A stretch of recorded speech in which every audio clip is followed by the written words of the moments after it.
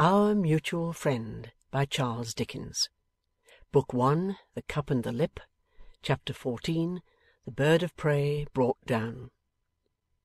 Cold on the shore, in the raw cold of that leaden crisis in the 24 hours when the vital force of all the noblest and prettiest things that live is at its lowest, the three watchers looked each at the blank faces of the other two, and all at the blank face of Riderhood in his boat. Gaffer's boat. Gaffer in luck again, and yet no Gaffer. So spake Riderhood, staring disconsolate. As if with one accord, they all turned their eyes towards the light of the fire shining through the window. It was fainter and duller. Perhaps fire, like the higher animal and vegetable life it helps to sustain, has its greatest tendency towards death, when the night is dying and the day is not yet born. If it was me that had the lord of this here job in hand, growled Riderhood, with a threatening shake of his head, blessed if I wouldn't lay hold of her, at any rate. Ay, but it's not you, said Eugene, with something so suddenly fierce in him that the informer returned submissively, Well, t'other governor, I didn't say it was. A man may speak. And vermin may be silent, said Eugene. Hold your tongue, you water-rat. Astonished by his friend's unusual heat, Lightwood stared too, and then said, What can have become of this man? Can't imagine, unless he dived overboard. The informer wiped his brow ruefully as he said it, sitting in his boat and always staring disconsolate. Did you make his boat fast? She's fast enough till the tide runs back. I couldn't make her faster than she is. Come aboard of mine. See for your own selves. There was a little backwardness in complying, for the freight looked too much for the boat, but on Riderhood's protesting that he had had half a dozen, dead and alive, in her afore now, and she was nothing deep in the water nor down in the stern even then to speak of, they carefully took their places and trimmed the crazy thing. While they were doing so, Riderhood still sat staring disconsolate. All right, give way, said Lightwood. Give way, by George, repeated Riderhood before shoving off. If he's gone, and made off anyhow, Lawyer Lightwood, it's enough to make me give way in a different manner. But he always was a cheat, confound him. He always was an infernal cheat, was Gaffer. Nothing straightforward, nothing on the square, so mean, so underhanded, never going through with a thing nor carrying it out like a man. Hello! Steady! Cried Eugene. He had recovered immediately on embarking, as they bumped heavily against a pile, and then in a lower voice reversed his late apostrophe by remarking, I wish the boat of my honourable and gallant friend may be endowed with philanthropy enough not to turn bottom upward and extinguish us. Steady, steady. Sit close, Mortimer. Here's the hail again. See how it flies, like a troop of wild cats at Mr. Riderhood's eyes. Indeed, he had the full benefit of it, and it so mauled him, though he bent his head low and tried to present nothing but the mangy cap to it, that he dropped under the lee of a tier of shipping, and they lay there until it was over. The squall had come up, like a spiteful messenger, before the morning. There followed in its wake a ragged tear of light, which ripped the dark clouds until they showed a great grey hole of day. They were all shivering, and everything about them seemed to be shivering. The river itself, craft, rigging, sails, such early smoke as there yet was on the shore. Black with wet, and altered to the eye by white patches of hail and sleet, the huddled buildings looked lower than usual, as if they were cowering and had shrunk with the cold. Very little life was to be seen on either bank. Windows and doors were shut, and the staring black and white letters upon wharves and warehouses. Looked, said Eugene to Mortimer, like inscriptions over the graves of dead businesses. As they glided slowly on, keeping under the shore and sneaking in and out among the shipping by back alleys of water in a pilfering way that seemed to be their boatman's normal manner of progression, All the objects among which they crept were so huge in contrast with their wretched boat as to threaten to crush it. Not a ship's hull, with its rusty iron links of cable run out of hawser holes, long discoloured with the iron's rusty tears, but seemed to be there with a fell intention. Not a figure head but had the menacing look of bursting forward to run them down. Not a sluice gate or a painted scale upon a post or wall, showing the depth of water, but seemed to hint, like the dreadfully facetious wolf in bed in grandmamma's cottage, "That's to drown you in, my dears." Not a lumbering black barge with its cracked and blistered side impending over them, but seemed to suck at the river with a thirst for sucking them under. And everything so vaunted the spoiling influences of water, discoloured copper, rotten wood, honeycombed stone, green dank deposit, that the after consequences of being crushed, sucked under, and drawn down, looked as ugly to the imagination as the main event. Some half hour of this work, and Riderhood unshipped his sculls, stood holding on to a barge, and hand over hand longwise along the barge's side, gradually worked his boat under her head into a secret little nook of scummy water. And driven into that nook and wedged as he had described was Gaffer's boat. That boat with the stain still in it, bearing some resemblance to a muffled human form. "Now, tell me I'm a liar," said the honest man. "With a morbid expectation," murmured Eugene to Lightwood, "that somebody is always going to tell him the truth." "This is Hexam's boat," said Mr Inspector. "I know her well." "Look at the broken skull. Look at the t'other skull gone. Now tell me I'm a liar," said the honest man. Mr Inspector stepped into the boat. Eugene and Mortimer looked on. "And see now," added Riderhood, creeping aft, and showing a stretched rope made fast there and towing overboard. "Didn't I tell you he was in luck again?" "Haul in," said Mr Inspector. "Easy to say, haul in," answered Riderhood. "Not so easy done. His luck's got fouled under the keels of the barges.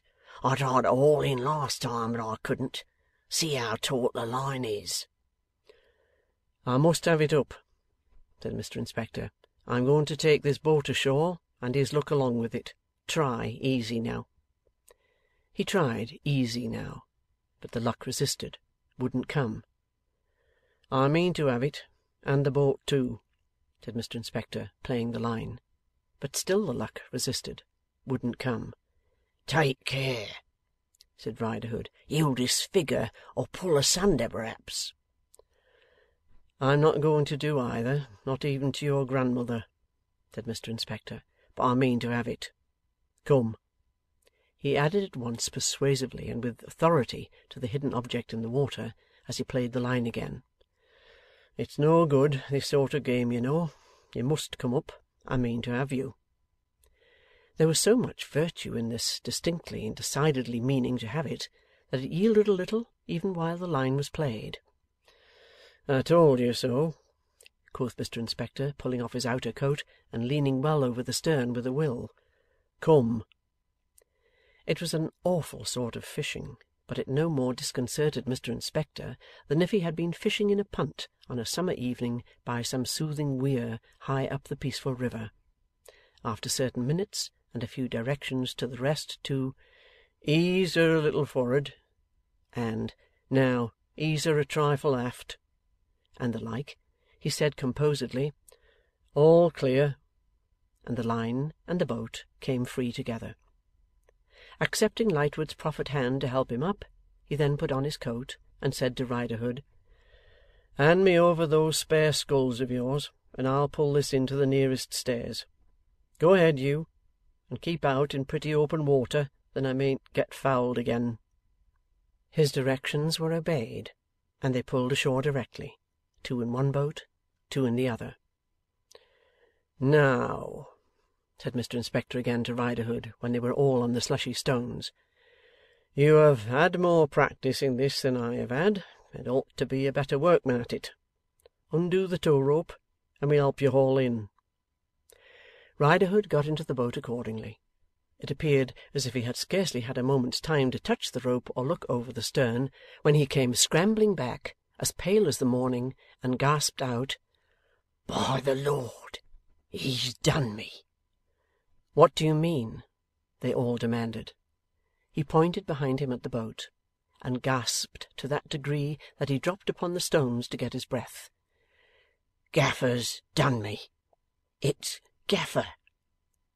They ran to the rope, leaving him gasping there. Soon the form of the bird of prey, dead some hours, lay stretched upon the shore, with a new blast storming at it and clotting the wet hair with hailstones. "Father, was that you calling me? Father, I thought I heard you call me twice before." Words never to be answered, those upon the earth side of the grave. The wind sweeps jeeringly over father, whips him with the frayed ends of his dress and his jagged hair, tries to turn him where he lies stark on his back, and force his face towards the rising sun, that he may be shamed the more. A lull, and the wind is secret and prying with him, lifts and let falls a rag, hides palpitating under another rag, runs nimbly through his hair and beard. Then, in a rush, it cruelly taunts him. "Father, was that you calling me? Was it you, the voiceless and the dead? Was it you, thus buffeted as you lie here in a heap? Was it you, thus baptized unto death, with these flying impurities now flung upon your face? Why not speak, father? Soaking into this filthy ground as you lie here is your own shape. Did you never see such a shape soaked into your boat? Speak, father, speak to us, the winds, the only listeners left you." "Now see," said Mr. Inspector, after mature deliberation, kneeling on one knee beside the body, when they had stood looking down on the drowned man, as he had many a time looked down on many another man. "The way of it was this. Of course you gentlemen hardly failed to observe that he was towing by the neck and arms." They had helped to release the rope, and of course not. "And you will have observed before, and you will observe now, that this knot, which was drawn chock tight round his neck by the strain of his own arms, is a slip knot?" Holding it up for demonstration. Plain enough. "Likewise, you will have observed how he had run the other end of this rope to his boat." It had the curves and indentations in it still, where it had been twined and bound. "Now see," said Mr. Inspector. "See how it works round upon him. It's a wild tempestuous evening, when this man that was, stooping to wipe some hailstones out of his hair with an end of his own drowned jacket, there. Now, he's more like himself, though he's badly bruised. When this man that was, rows out upon the river on his usual lay, he carries with him this coil of rope. He always carries with him this coil of rope. It's as well known to me as he was himself. Sometimes it lay in the bottom of his boat. Sometimes he hung it loose round his neck.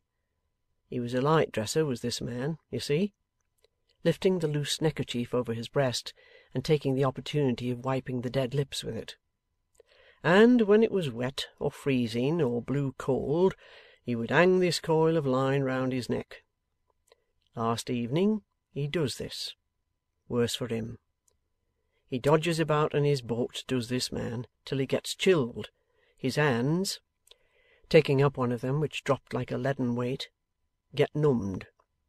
He sees some object that's in his way of business floating.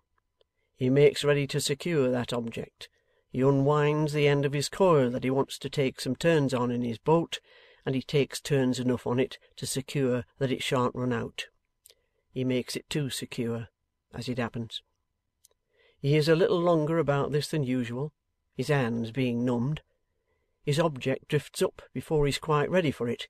He catches at it, thinks he'll make sure of the contents of the pockets anyhow, in case he should be parted from it, bends right over the stern, and in one of these heavy squalls, or in the cross swell of two steamers, or in not being quite prepared, or through all or most of some, gets a lurch, overbalances, and goes head foremost overboard. Now see, he can swim, can this man, and instantly he strikes out, but in such striking out, he tangles his arms, pulls strong on the slip knot, and it runs home. The object he had expected to take in tow floats by, and his own boat tows him dead, so where we found him, all entangled in his own line. You'll ask me how I make out about the pockets. First, I'll tell you more. There was silver in 'em. How do I make that out? Simple and satisfactory, because he's got it here. The lecturer held up the tightly clenched right hand. What is to be done with the remains? Asked Lightwood. If you wouldn't object to standing by him half a minute, sir, was the reply, I'll find the nearest of our men to come and take charge of him. I still call it him, you see, said Mr. Inspector, looking back as he went, with a philosophical smile upon the force of habit. Eugene, said Lightwood, and was about to add, we may wait at a little distance, when turning his head he found that no Eugene was there. He raised his voice and called, Eugene! Halloa! But no Eugene replied. It was broad daylight now, and he looked about, but no Eugene was in all the view.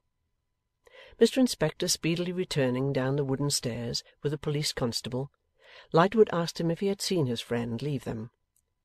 Mr. Inspector could not exactly say that he had seen him go, but had noticed that he was restless. Singular and entertaining combination, sir, your friend.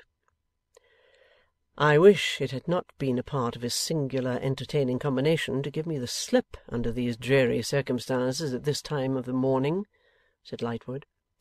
Can we get anything hot to drink? We could, and we did, in a public-house kitchen with a large fire. We got hot brandy and water, and it revived us wonderfully. Mr. Inspector, having to Mr. Riderhood announced his official intention of keeping his eye upon him, stood him in a corner of the fireplace, like a wet umbrella, and took no further outward and visible notice of that honest man, except ordering a separate service of brandy and water for him, apparently out of the public funds. As Mortimer Lightwood sat before the blazing fire, conscious of drinking brandy and water then and there in his sleep, and yet at one and the same time drinking burnt sherry at the Six Jolly Fellowships, and lying under the boat on the river shore, and sitting in the boat that Riderhood rowed, and listening to the lecture recently concluded, and having to dine in the Temple with an unknown man who described himself as M.H.F. Eugene Gaffer Harmon, and said he lived at Hailstorm, as he passed through these curious vicissitudes of fatigue and slumber arranged upon the scale of a dozen hours to the second, he became aware of answering aloud a communication of pressing importance that had never been made to him, and then turned it into a cough on beholding Mr. Inspector, for he felt with some natural indignation that that functionary might otherwise suspect him of having closed his eyes or wandering in his attention. Here, just before us, you see, said Mr. Inspector. I see, said Lightwood with dignity. And had hot brandy and water too, you see, said Mr. Inspector, and then cut off at a great rate. Who? Said Lightwood. Your friend, you know. I know, he replied again with dignity. After hearing in a mist through which Mr. Inspector loomed vague and large, that the officer took upon himself to prepare the dead man's daughter for what had befallen in the night, and generally that he took everything upon himself, Mortimer Lightwood stumbled in his sleep to a cab-stand, called a cab, and had entered the army and committed a capital military offence, and been tried by court-martial and found guilty, and had arranged his affairs and been marched out to be shot before the door banged. Hard work rowing the cab through the city to the Temple for a cup of from £5,000 to £10,000 value given by Mr Boffin, and hard work holding forth at that immeasurable length to Eugene when he had been rescued with a rope from the running pavement for making off in that extraordinary manner. But he offered such ample apologies and was so very penitent that when Lightwood got out of the cab he gave the driver a particular charge to be careful of him, which the driver, knowing there was no other fare left inside, stared at prodigiously. In short, the night's work had so exhausted and worn out this actor in it, that he had become a mere somnambulist. He was too tired to rest in his sleep, until he was even tired out of being too tired, and dropped into oblivion. Late in the afternoon he awoke, and in some anxiety sent round to Eugene's lodging hard by, to inquire if he were up yet. Oh yes, he was up. In fact, he had not been to bed. He had just come home. And here he was, close following on the heels of the message. "Why, what bloodshot, draggled, dishevelled spectacle is this?" cried Mortimer. "Are my feathers so very much rumpled?" said Eugene, coolly going up to the looking-glass. "They are rather out of sorts. But consider, such a night for plumage." "Such a night?" repeated Mortimer. "What became of you in the morning?" "My dear fellow," said Eugene, sitting on his bed, "I felt that we had bored one another so long that an unbroken continuance of those relations must inevitably terminate in our flying to opposite points of the earth. I also felt that I had committed every crime in the Newgate calendar. So, for mingled considerations of friendship and felony, I took a walk." End of Book 1, Chapter 14. Our Mutual Friend, by Charles Dickens. Book 1, The Cup and the Lip, Chapter 15. Two New Servants. Mr. and Mrs Boffin sat after breakfast in the bower, a prey to prosperity. Mr Boffin's face denoted care and complication. Many disordered papers were before him, and he looked at them about as hopefully as an innocent civilian might look at a crowd of troops whom he was required at 5 minutes' notice to manoeuvre and review. He had been engaged in some attempts to make notes of these papers, but being troubled, as men of his stamp often are, with an exceedingly distrustful and corrective thumb, that busy member had so often interposed to smear his notes that they were little more legible than the various impressions of itself, which blurred his nose and forehead. It is curious to consider, in such a case as Mr Boffin's, what a cheap article ink is, and how far it may be made to go. As a grain of musk will scent a drawer for many years, and still lose nothing appreciable of its original weight, so a halfpennyworth of ink would blot Mr Boffin to the roots of his hair and the calves of his legs, without inscribing a line on the paper before him, or appearing to diminish in the inkstand. Mr Boffin was in such severe literary difficulties that his eyes were prominent and fixed, and his breathing was stertorous, when, to the great relief of Mrs Boffin, who observed these symptoms with alarm, the yard bell rang. "Who's that, I wonder?" said Mrs Boffin. Mr Boffin drew a long breath, laid down his pen, looked at his notes as doubting whether he had the pleasure of their acquaintance, and appeared, on a second perusal of their countenances, to be confirmed in his impression that he had not, when there was announced by the hammer-headed young man, "Mr Rokesmith." "Oh," said Mr Boffin. "Oh, indeed? Oh, and the Wilfer's mutual friend, my dear. Yes, ask him to come in." Mr Rokesmith appeared. "Sit down, sir," said Mr Boffin, shaking hands with him. "Mrs Boffin you're already acquainted with. Well, sir, I am rather unprepared to see you, for, to tell you the truth, I have been so busy with one thing and another that I have not had time to turn your offer over." "That's apology for both of us, for Mr Boffin and for me as well," said the smiling Mrs Boffin. "But, lor, we can talk it over now, can't us?" Mr Rokesmith bowed, thanked her, and said he hoped so. "Let me see, then," resumed Mr Boffin, with his hand to his chin. "It was secretary that you named, wasn't it?" "I said secretary," assented Mr Rokesmith.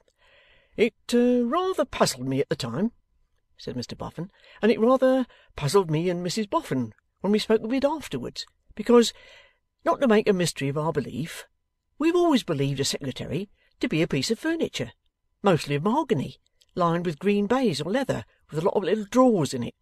Now, you won't think I take a liberty when I mention that you certainly ain't that." "Certainly not," said Mr Rokesmith. But he had used the word in the sense of steward.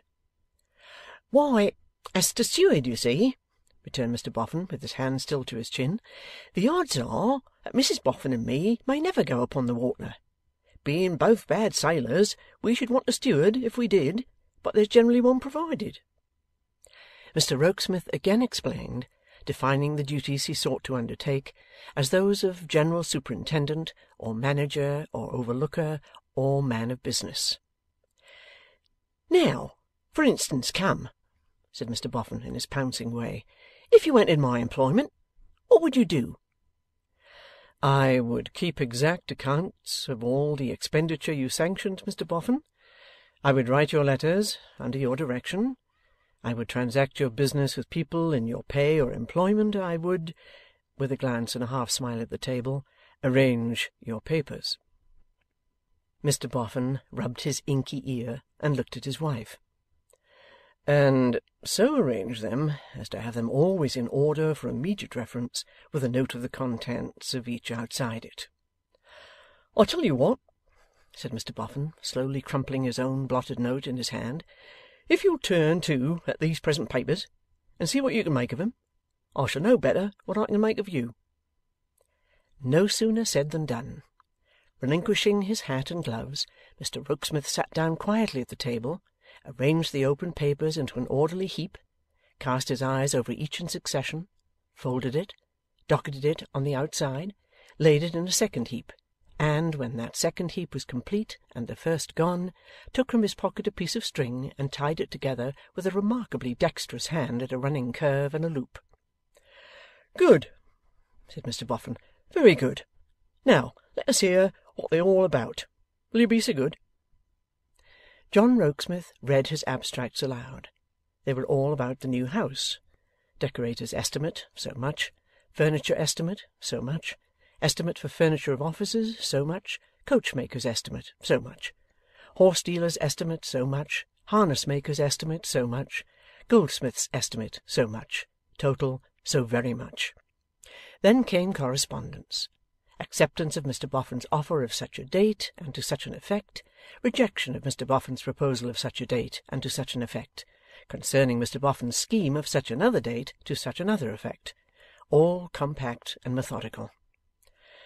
Apple pie order, said Mr Boffin, after checking off each inscription with his hand like a man beating time. And whatever you do with your ink, I can't think, for you're as clean as a whistle after it. Now, as to a letter. Let's, said Mr Boffin, rubbing his hands in his pleasantly childish admiration, let's try a letter next. To whom shall it be addressed, Mr Boffin? Any one. Yourself. Mr Rokesmith quickly wrote, and then read aloud. Mr Boffin presents his compliments to Mr John Rokesmith, and begs to say that he has decided on giving Mr John Rokesmith a trial in the capacity he desires to fill. Mr Boffin takes Mr John Rokesmith at his word in postponing to some indefinite period the consideration of salary. It is quite understood that Mr Boffin is in no way committed on that point. Mr Boffin has merely to add that he relies on Mr John Rokesmith's assurance that he will be faithful and serviceable. Mr John Rokesmith will please enter on his duties immediately. Well now, Noddy, cried Mrs Boffin, clapping her hands, that is a good one. Mr Boffin was no less delighted. Indeed, in his own bosom he regarded both the composition itself and the device that had given birth to it as a very remarkable monument of human ingenuity. And I tell you, my dearie, said Mrs Boffin, that if you don't close with Mr Rokesmith now at once, and if you ever go a-muddling yourself again with things never meant nor made for you, you'll have an apoplexy, besides iron moulding your linen, and you'll break my heart. Mr Boffin embraced his spouse for these words of wisdom, and then, congratulating John Rokesmith on the brilliancy of his achievements, gave him his hand in pledge of their new relations. So did Mrs Boffin. Now, said Mr Boffin, who, in his frankness, felt that it did not become him to have a gentleman in his employment 5 minutes without reposing some confidence in him, you must be let a little more into our affairs, Rokesmith. I mentioned to you, when I made your acquaintance, or I might better say when you made mine, that Mrs Boffin's inclinations was setting in the way of fashion, but that I didn't know how fashionable we might or might not grow. Well, Mrs Boffin has carried the day, and we're going in neck and crop for fashion.' 'I rather inferred that, sir,' replied John Rokesmith, 'from the scale on which your new establishment is to be maintained.' 'Yes,' said Mr Boffin, 'it's to be a spanker. The fact is, my literary man named to me that a house with which he is, as I may say, connected, in which he has an interest.' 'As property?' inquired John Rokesmith. 'Why, no,' said Mr Boffin, 'not exactly that. A sort of a family tie.' 'Association?' the Secretary suggested. 'Ah!' said Mr Boffin, 'perhaps. Anyhow, he named to me that the house had a board up.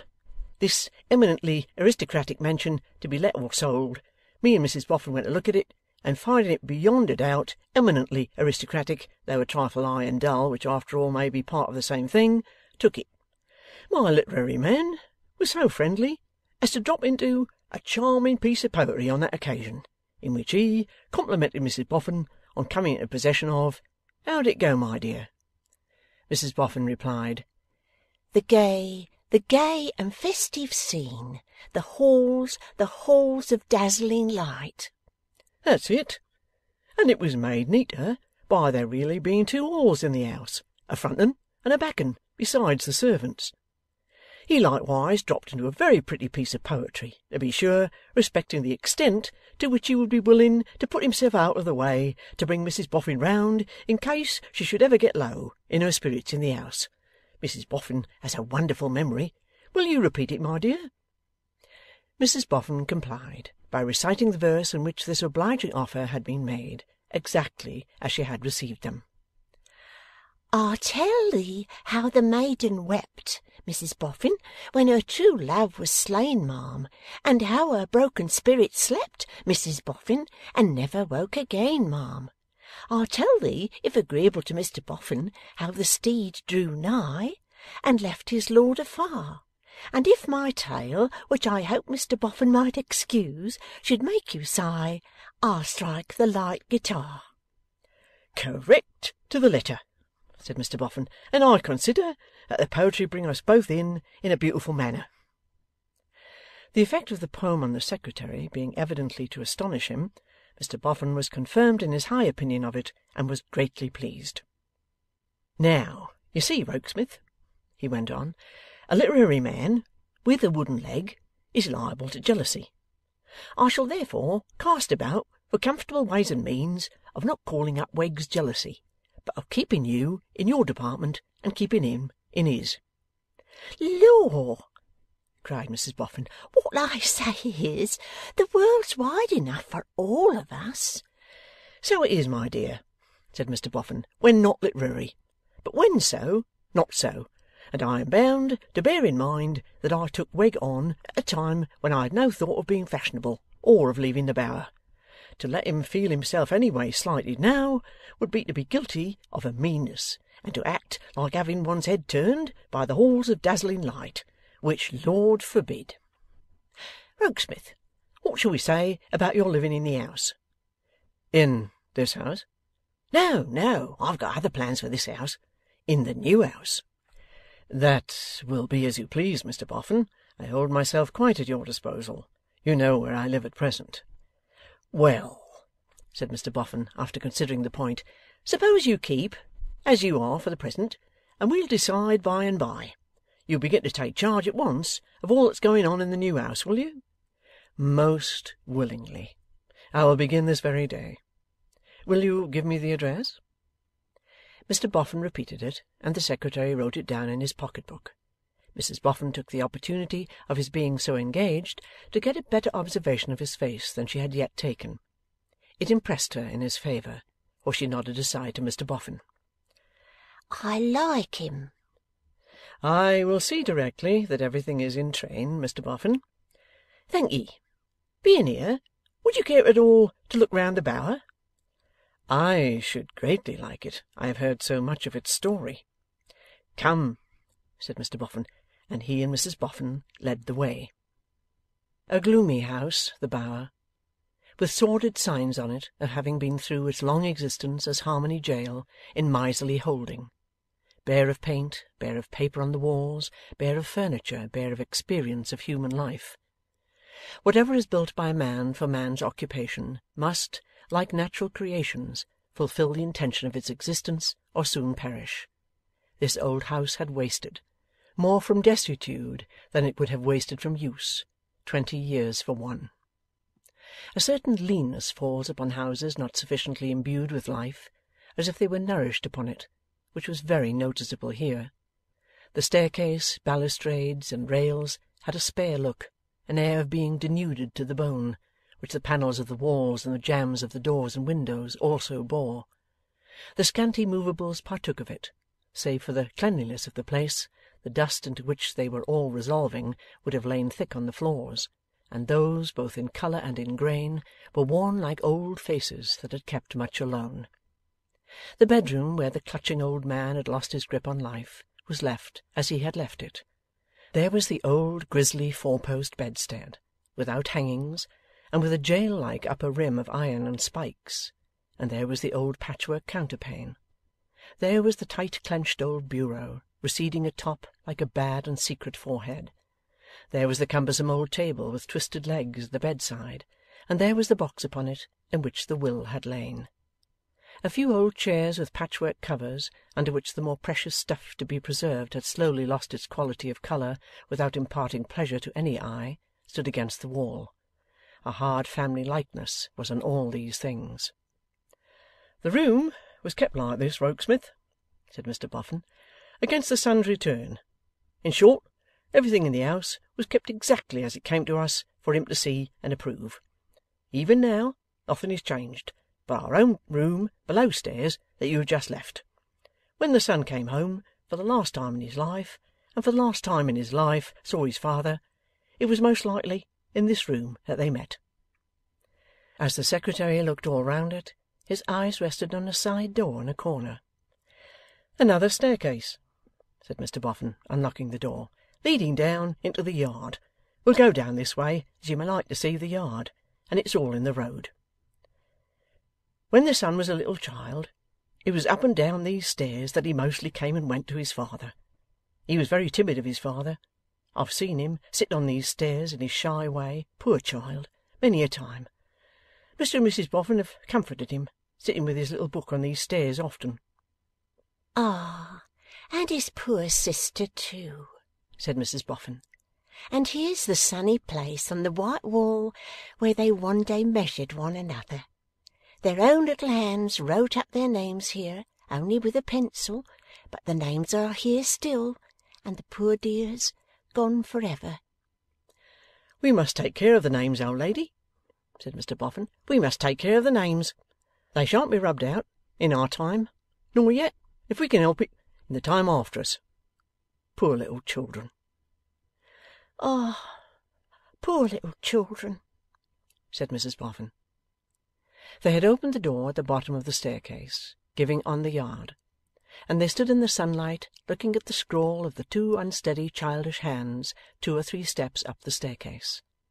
There was something in this simple memento of a blighted childhood, and in the tenderness of Mrs Boffin, that touched the Secretary. Mr Boffin then showed his new man of business the Mounds, and his own particular mound, which had been left him as his legacy under the will before he acquired the whole estate.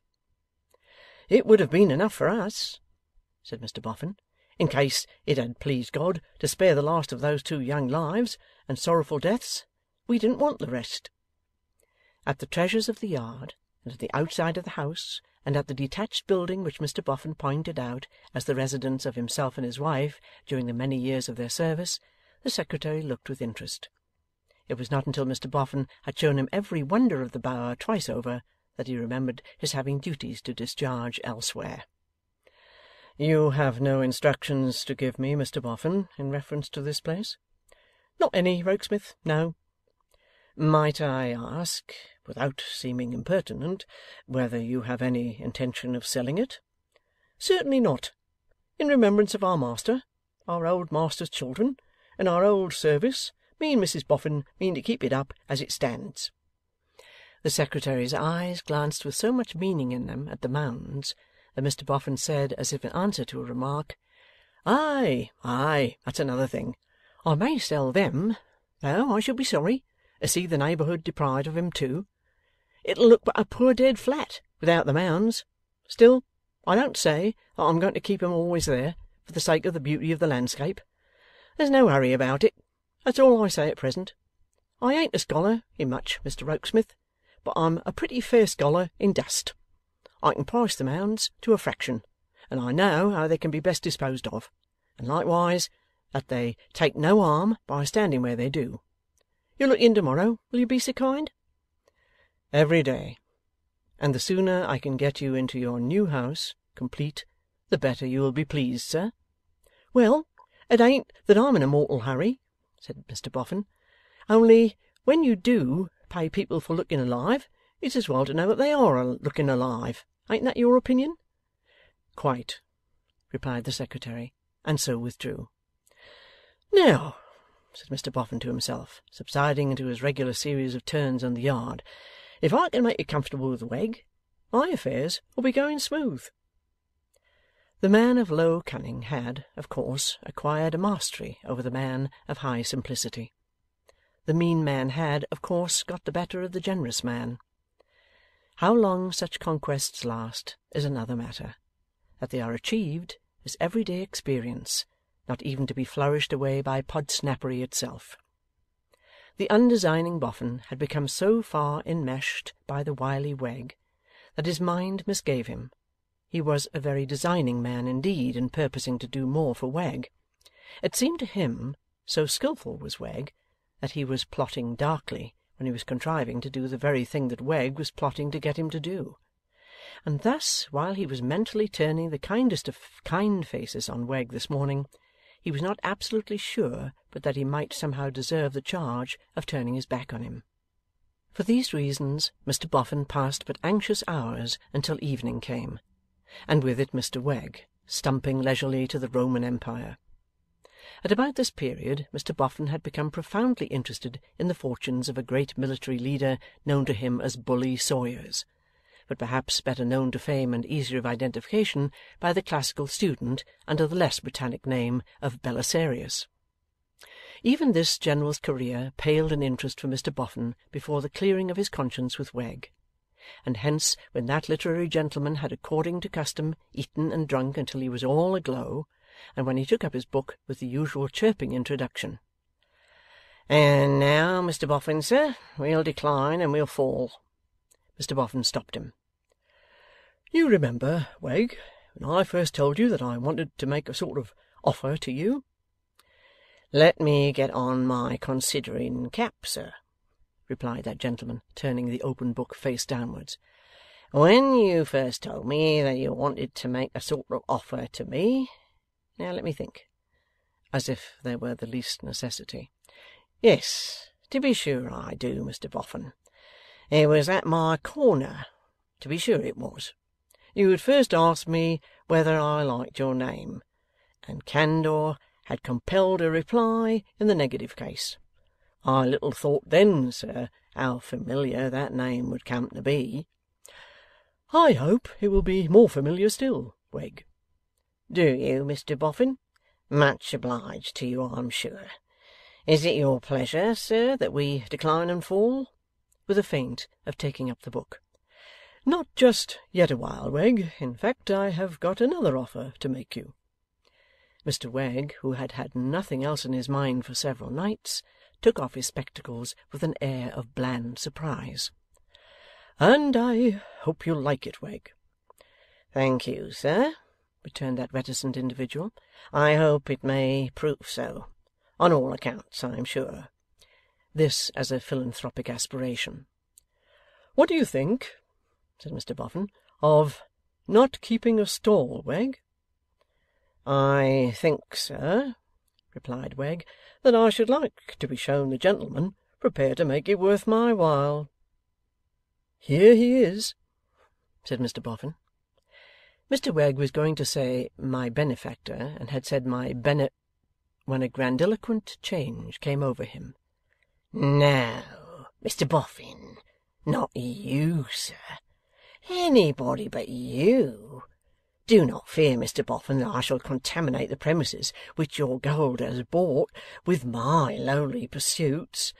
I am aware, sir, that it would not become me to carry on my little traffic under the windows of your mansion. I have already thought of that, and taken my measures.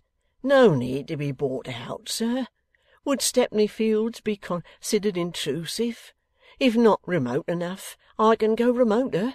In the words of the poet's song, which I do not quite remember, thrown on the wide world, doomed to wander and roam, bereft of my parents, bereft of a home, a stranger to something, and what's his name, joy, behold little Edmund, the poor peasant boy.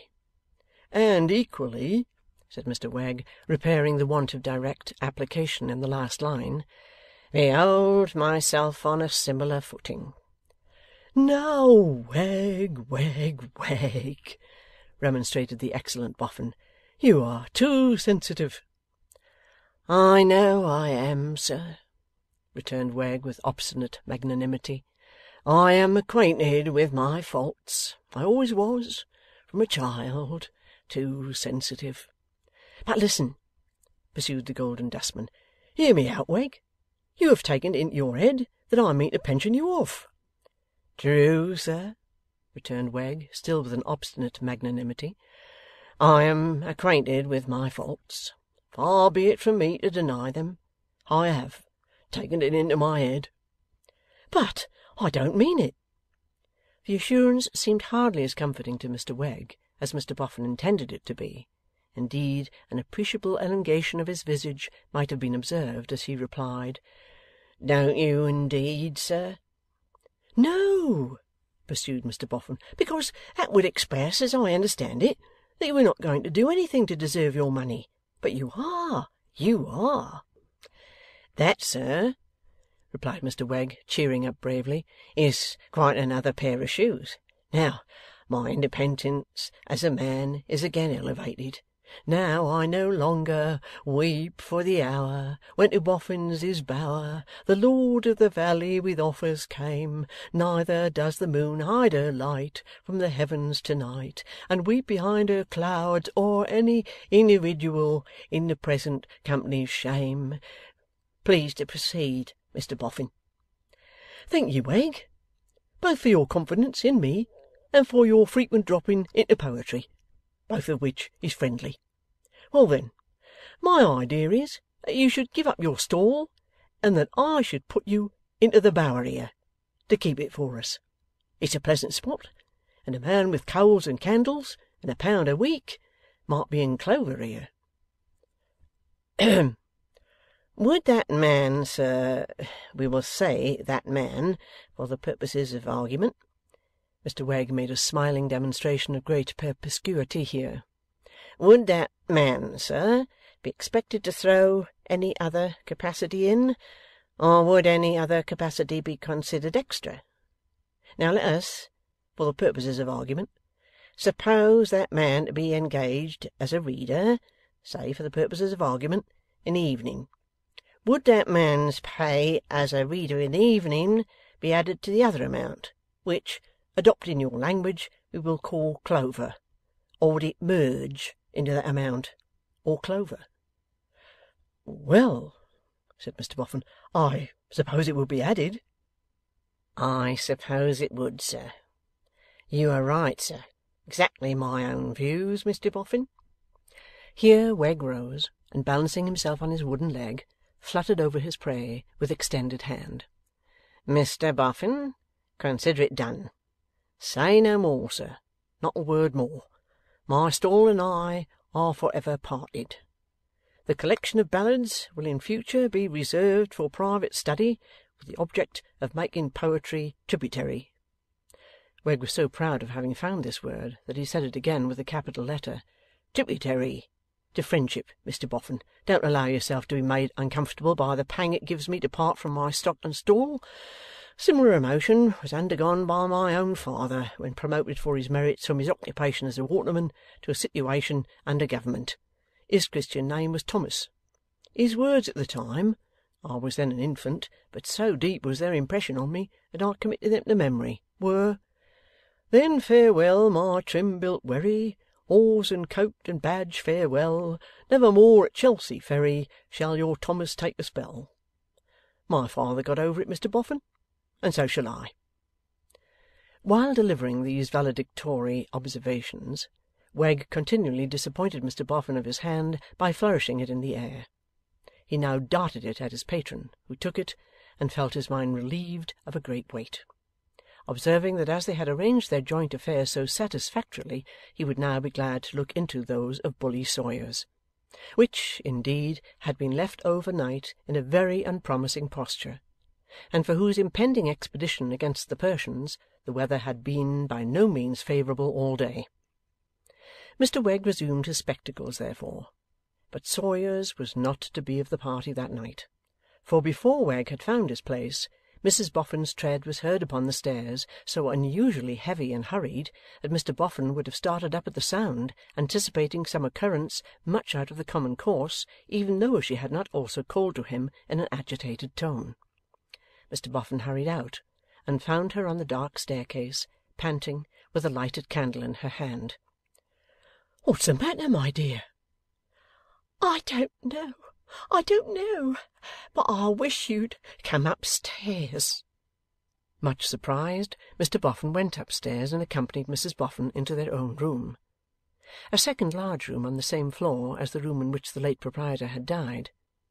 Mr Boffin looked all round him, and saw nothing more unusual than various articles of folded linen on a large chest which Mrs Boffin had been sorting. "What is it, my dear? Why, you're frightened. You frightened?" "I'm not one of that sort, certainly," said Mrs Boffin, as she sat down in a chair to recover herself and took her husband's arm. "But it's very strange." "What is, my dear?" "Noddy, the faces of the old man and the two children are all over the house to-night." "My dear!" exclaimed Mr Boffin, but not without a certain uncomfortable sensation gliding down his back. "I know it must sound foolish, and yet it is so." "Where did you think you saw them?" "I don't know that I think I saw them anywhere. I felt them." "Touched them?" "No, felt them in the air. I was sorting those things on the chest, and not thinking of the old man or the children, but singing to myself, when all in a moment I felt there was a face growing out of the dark." "What face?" asked her husband, looking about him. "For a moment it was the old man's, and then it got younger. For a moment it was both the children's, and then it got older. For a moment it was a strange face, and then it was all the faces." "And then it was gone?" "Yes, and then it was gone." "Where were you then, old lady?" "Here at the chest. Well, I got the better of it, and went on sorting, and went on singing to myself. 'Lor,' I says, 'I'll think of something else, something comfortable, and put it out of my head.' So I thought of the new house, and Miss Bella Wilfer, and was thinking at a great rate with that sheet there in my hand, when all of a sudden the faces seemed to be hidden in among the folds of it, and I let it drop." As it still lay on the floor where it had fallen, Mr Boffin picked it up and laid it on the chest. "And then you ran downstairs?" "No, I thought I'd try another room and shake it off. I says to myself, I'll go and walk slowly up and down the old man's room 3 times, from end to end, and then I shall have conquered it. I went in with the candle in my hand, but the moment I came near the bed, the air got thick with them." "With the faces?" "Yes, and I even felt that they were in the dark behind the side door, and on the little staircase, floating away into the yard. Then I called you." Mr Boffin, lost in amazement, looked at Mrs Boffin. Mrs Boffin, lost in her own fluttered inability to make this out, looked at Mr Boffin. "I think, my dear," said the Golden Dustman, "I'll at once get rid of Wegg for the night. because he's coming to inhabit the Bower, and it might be put into his head, or somebody else's, if he heard this and it got about that the house is haunted. Whereas we know better, don't we?' 'I never had the feeling in the house before,' said Mrs Boffin, 'and I have been about it alone at all hours of the night. I've been in the house when death was in it, and I've been in the house when murder was a new part of his adventures, and I never had a fright in it yet.' 'And won't again, my dear,' said Mr Boffin. 'Depend upon it, it comes of thinking and dwelling on that dark spot.' 'Yes, but why didn't it come before?' asked Mrs Boffin. This draught on Mr Boffin's philosophy could only be met by that gentleman with the remark that everything that is at all must begin at some time. Then, tucking his wife's arm under his own, that she might not be left by herself to be troubled again, he descended to release Wegg, who, being something drowsy after his plentiful repast, and constitutionally of a shirking temperament, was well enough pleased to stump away, without doing what he had come to do, and was paid for doing.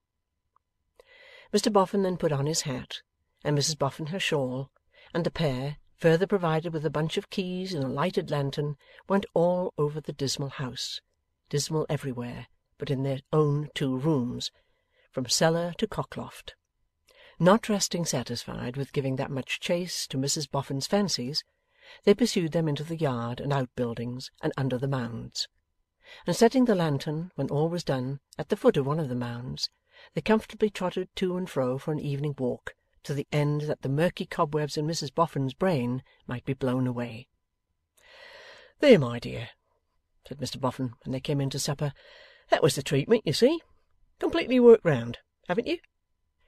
'Yes, dearie,' said Mrs Boffin, laying aside her shawl. 'I'm not nervous any more. I'm not a bit troubled now. I'd go anywhere about the house the same as ever. But—' 'Eh?' said Mr Boffin. 'But I've only to shut my eyes.' 'And what then?' 'Why then,' said Mrs Boffin, speaking with her eyes closed and her left hand thoughtfully touching her brow, 'then there they are. The old man's face, and it gets younger. The 2 children's faces, and they get older. A face that I don't know, and then all the faces.' Opening her eyes again, and seeing her husband's face across the table, she leaned forward to give it a pat on the cheek, and sat down to supper, declaring it to be the best face in the world. End of Book 1, Chapter 15. Our Mutual Friend, by Charles Dickens. Book 1, The Cup and the Lip. Chapter 16, Minders and Reminders. The Secretary lost no time in getting to work, and his vigilance and method soon set their mark on the Golden Dustman's affairs. His earnestness in determining to understand the length and breadth and depth of every piece of work submitted to him by his employer was as special as his dispatch in transacting it. He accepted no information or explanation at second hand, but made himself the master of everything confided to him. One part of the Secretary's conduct, underlying all the rest, might have been mistrusted by a man with a better knowledge of men than the Golden Dustman had.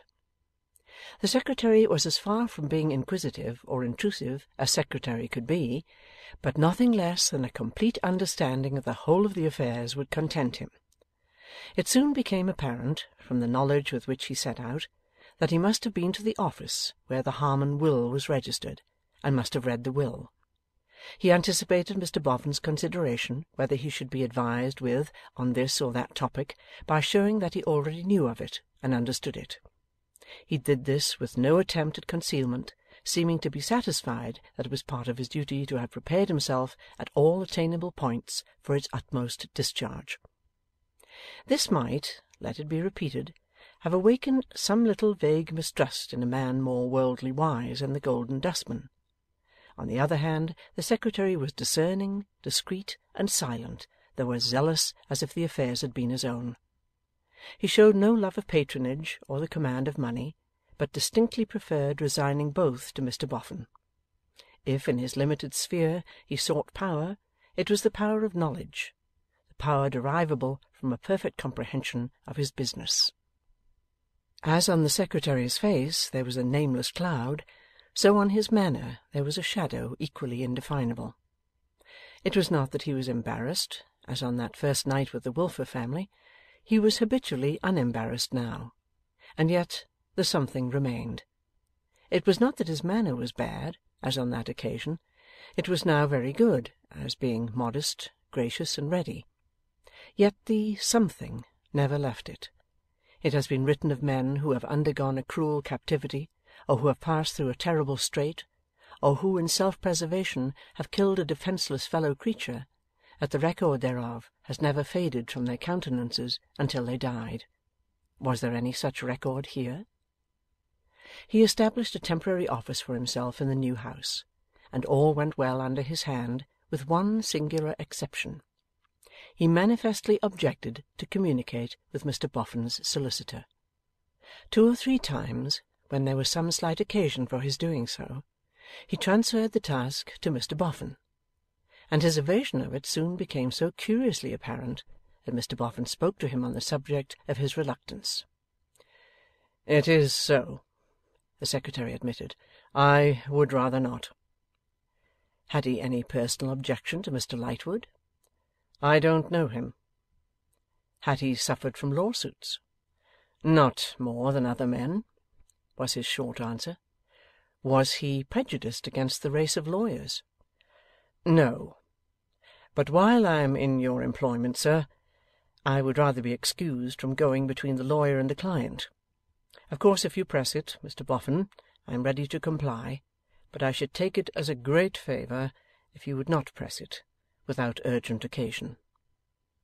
Now, it could not be said that there was urgent occasion, for Lightwood retained no other affairs in his hands than such as still lingered and languished about the undiscovered criminal, and such as arose out of the purchase of the house.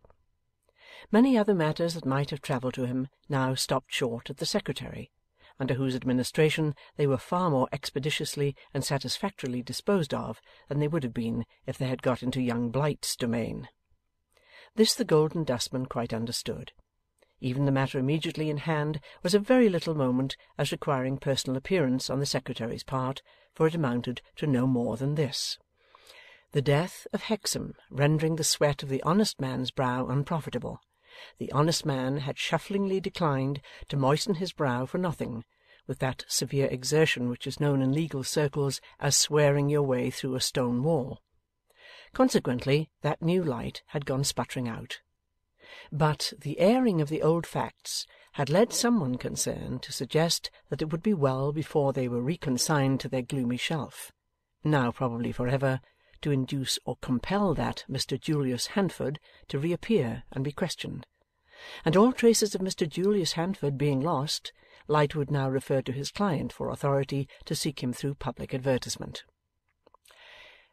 "Does your objection go to writing to Lightwood, Rokesmith?" "Not in the least, sir." "Then perhaps you write him a line, and say he is free to do what he likes. I don't think it promises." "I don't think it promises," said the secretary. "Still, he may do what he likes." "I will write immediately. Let me thank you for so considerately yielding to my disinclination. It may seem less unreasonable if I avow to you that although I don't know Mr Lightwood, I have a disagreeable association connected with him. It is not his fault. He is not at all to blame for it, and does not even know my name." Mr Boffin dismissed the matter with a nod or two. The letter was written, and next day Mr Julius Handford was advertised for. He was requested to place himself in communication with Mr Mortimer Lightwood, as a possible means of furthering the ends of justice, and a reward was offered to any one acquainted with his whereabouts who would communicate the same to the said Mr Mortimer Lightwood at his office in the Temple. Every day for 6 weeks this advertisement appeared at the head of all the newspapers, and every day for 6 weeks the secretary, when he saw it, said to himself, in the tone in which he had said to his employer, "I don't think it promises." Among his first occupations, the pursuit of that orphan wanted by Mrs Boffin held a conspicuous place. From the earliest moment of his engagement, he showed a particular desire to please her, and, knowing her to have this object at heart, he followed it up with unwearying alacrity and interest. Mr. and Mrs. Milvey had found their search a difficult one. Either an eligible orphan was of the wrong sex, which almost always happened, or was too old, or too young, or too sickly, or too dirty, or too much accustomed to the streets, or too likely to run away, or it was found impossible to complete the philanthropic transaction without buying the orphan. For the instant it became known that anybody wanted the orphan, up started some affectionate relative of the orphan who put a price upon the orphan's head. The suddenness of an orphan's rise in the market was not to be paralleled by the maddest records of the Stock Exchange. He would be at 5,000% discount, out at nurse making a mud pie at 9 in the morning, and, being inquired for, would go up to 5,000% premium before noon. The market was rigged in various artful ways. Counterfeit stock got into circulation. Parents boldly represented themselves as dead, and brought their orphans with them. Genuine orphan stock was surreptitiously withdrawn from the market, it being announced by emissaries posted for the purpose that Mr. and Mrs. Milvey were coming down the court. Orphan scrip would be instantly concealed, and production refused, save on a condition usually stated by the brokers as a gallon of beer. Likewise fluctuations of a wild and South Sea nature were occasioned by orphan holders keeping back and then rushing into the market a dozen together. But the uniform principle at the root of all these various operations was bargain and sale, and that principle could not be recognized by Mr. and Mrs. Milvey. At length tidings were received by the Reverend Frank of a charming orphan to be found at Brentford. One of the deceased parents, late his parishioners, had a poor widowed grandmother in that agreeable town, and she, Mrs. Betty Higden, had carried off the orphan with maternal care, but could not afford to keep him. The Secretary proposed to Mrs Boffin either to go down himself and take a preliminary survey of this orphan, or to drive her down, that she might at once form her own opinion. Mrs Boffin preferring the latter course, they set off one morning in a hired phaeton, conveying the hammer-headed young man behind them. The abode of Mrs Betty Higden was not easy to find, lying in such complicated back settlements of muddy Brentford that they left their equipage at the sign of the Three Magpies, and went in search of it on foot. After many inquiries and defeats, there was pointed out to them in a lane a very small cottage residence, with a board across the open doorway, hooked on to which board by the armpits was a young gentleman of tender years, angling for mud with a headless wooden horse and line. In this young sportsman, distinguished by a crispy, curling auburn head and a bluff countenance, the Secretary descried the orphan. It unfortunately happened, as they quickened their pace, that the orphan, lost to considerations of personal safety in the ardour of the moment, overbalanced himself and toppled into the street. Being an orphan of a chubby conformation, he then took to rolling, and had rolled into the gutter before they could come up. From the gutter he was rescued by John Rokesmith, and thus the first meeting with Mrs Higden was inaugurated by the awkward circumstance of their being in possession, one would say at first sight unlawful possession, of the orphan, upside down and purple in the countenance. The board across the doorway, too, acting as a trap equally for the feet of Mrs Higden coming out and the feet of Mrs Boffin and John Rokesmith going in, greatly increased the difficulty of the situation, to which the cries of the orphan imparted a lugubrious and inhuman character. At first it was impossible to explain, on account of the orphan's holding his breath, a most terrific proceeding, superinducing in the orphan lead-colour rigidity and a deadly silence, compared with which his cries were music yielding the height of enjoyment. But as he gradually recovered, Mrs Boffin gradually introduced herself, and smiling peace was gradually wooed back to Mrs Betty Higden's home. It was then perceived to be a small home, with a large mangle in it, at the handle of which machine stood a very long boy with a very little head, and an open mouth of disproportionate capacity that seemed to assist his eyes in staring at the visitors.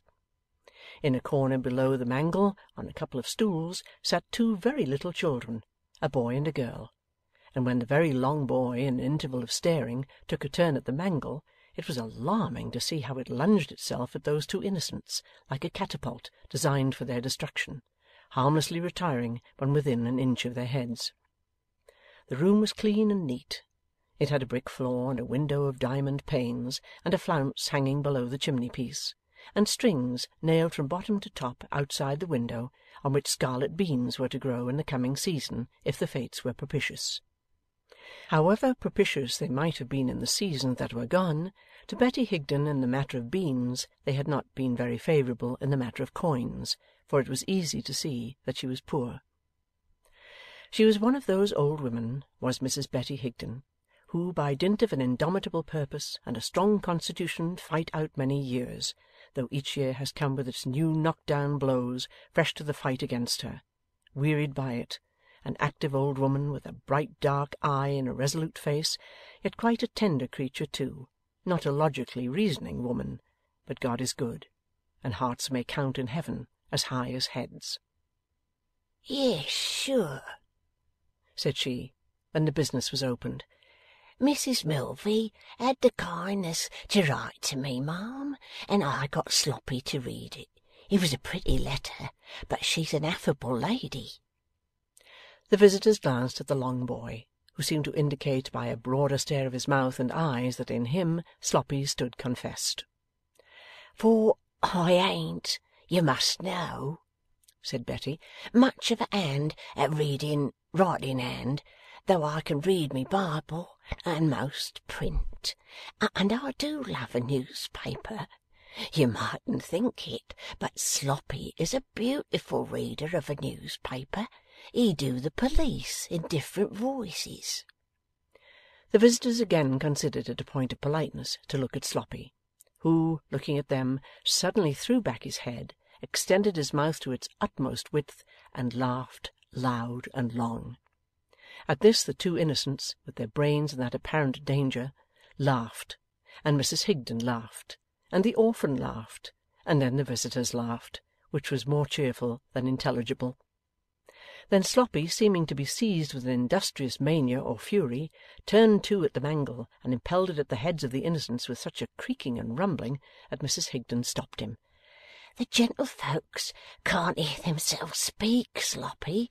Bide a bit, bide a bit." "Is that the dear child in your lap?" said Mrs Boffin. "Yes, ma'am. This is Johnny." "Johnny too!" cried Mrs Boffin, turning to the secretary. "Already Johnny! Only one of the two names left to give him. He's a pretty boy." With his chin tucked down in his shy childish manner, he was looking furtively at Mrs Boffin out of his blue eyes, and reaching his fat dimpled hand up to the lips of the old woman, who was kissing it by times. "Yes, ma'am, he's a pretty boy. He's a dear darling boy. He's the child of my own last left daughter's daughter, but she's gone the way of all the rest." "Those are not his brother and sister?" said Mrs Boffin. "Oh dear no, ma'am. Those are minders." "Minders?" the secretary repeated. "Left to be minded, sir. I keep a minding school. I can take only 3 on account of the mangle, but I love children, and 4pence a week is 4pence. Come here, Toddles and Poddles." Toddles was the pet name of the boy, Poddles of the girl.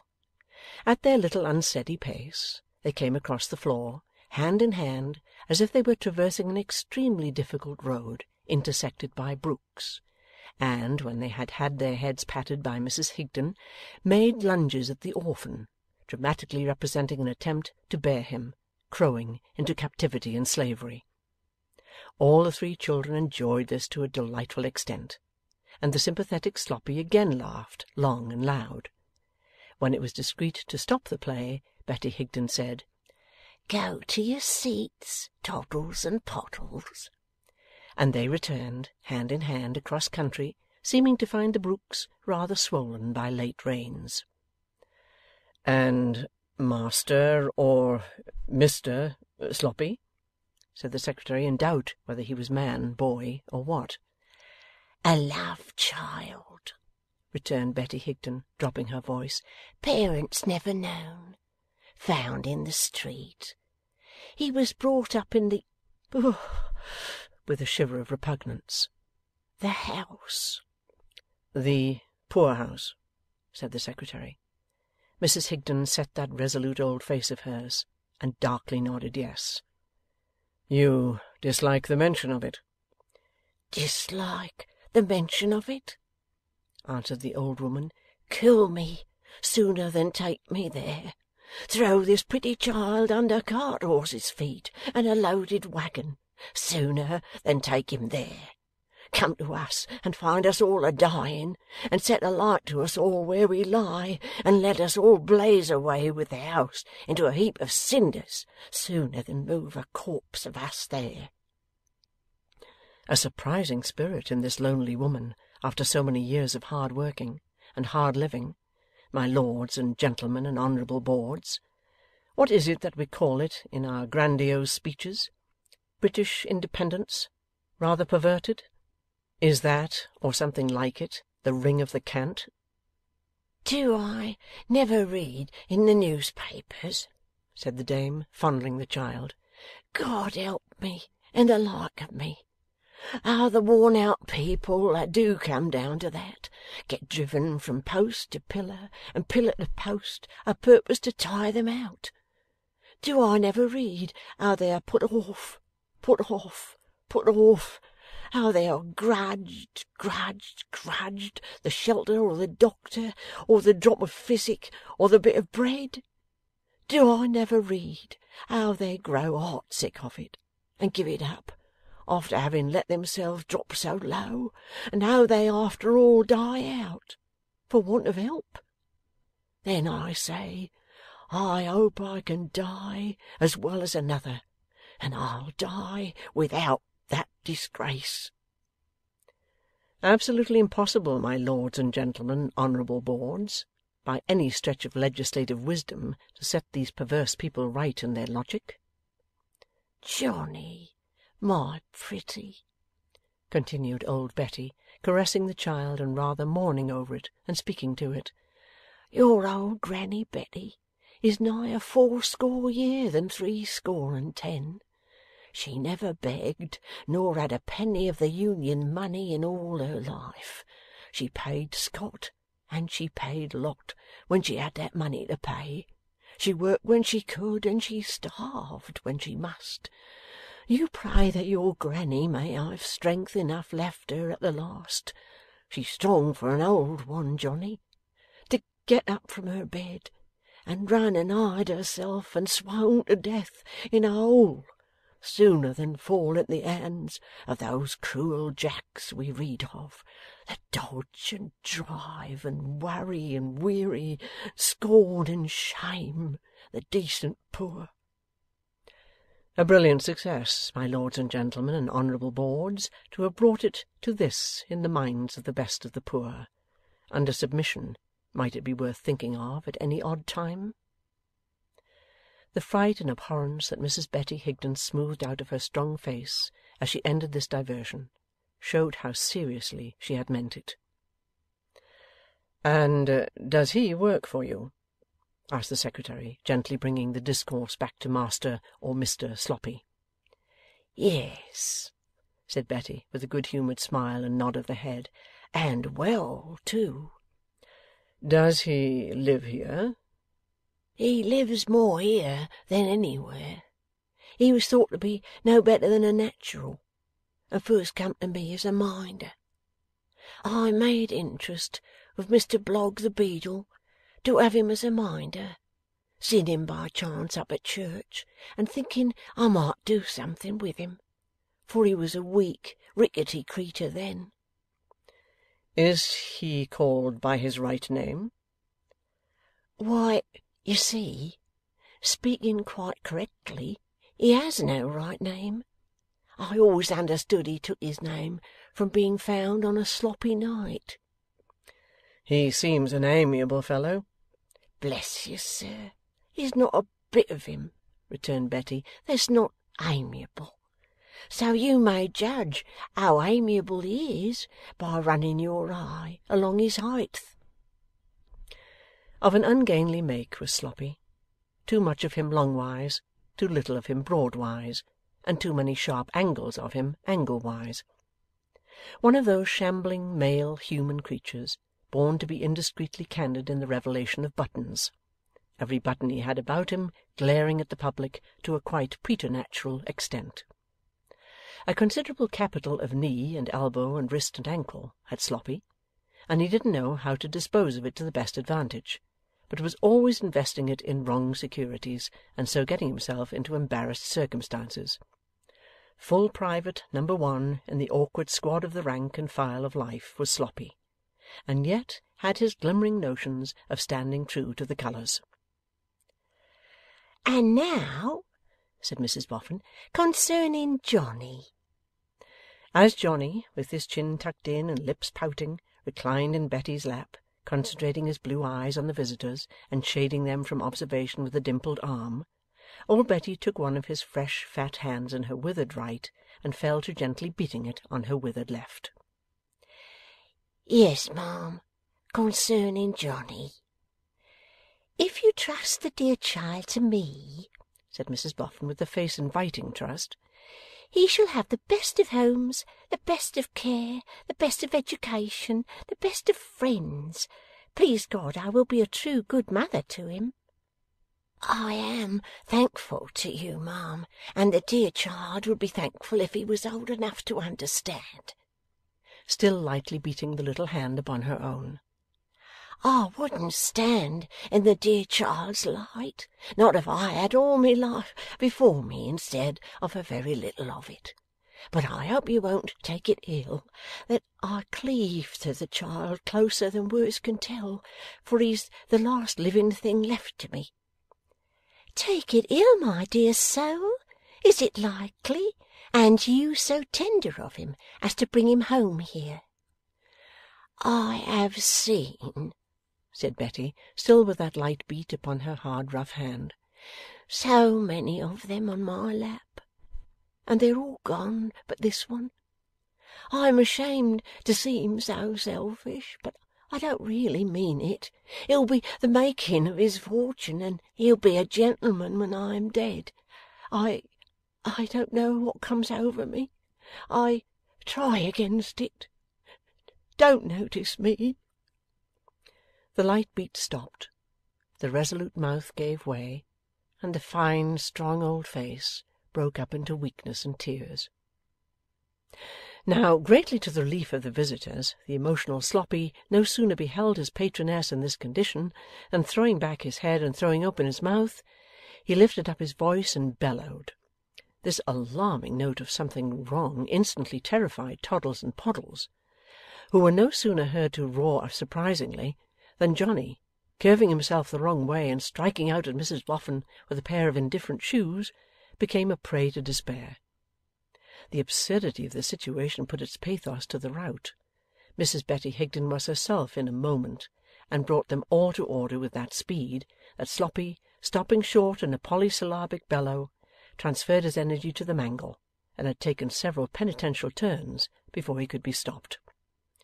'There, there, there!' said Mrs Boffin, almost regarding her kind self as the most ruthless of women. 'Nothing is going to be done. Nobody need be frightened. We're all comfortable, ain't we, Mrs Higden?' 'Sure and certain we are,' returned Betty. 'And there is really no hurry, you know,' said Mrs Boffin in a lower voice.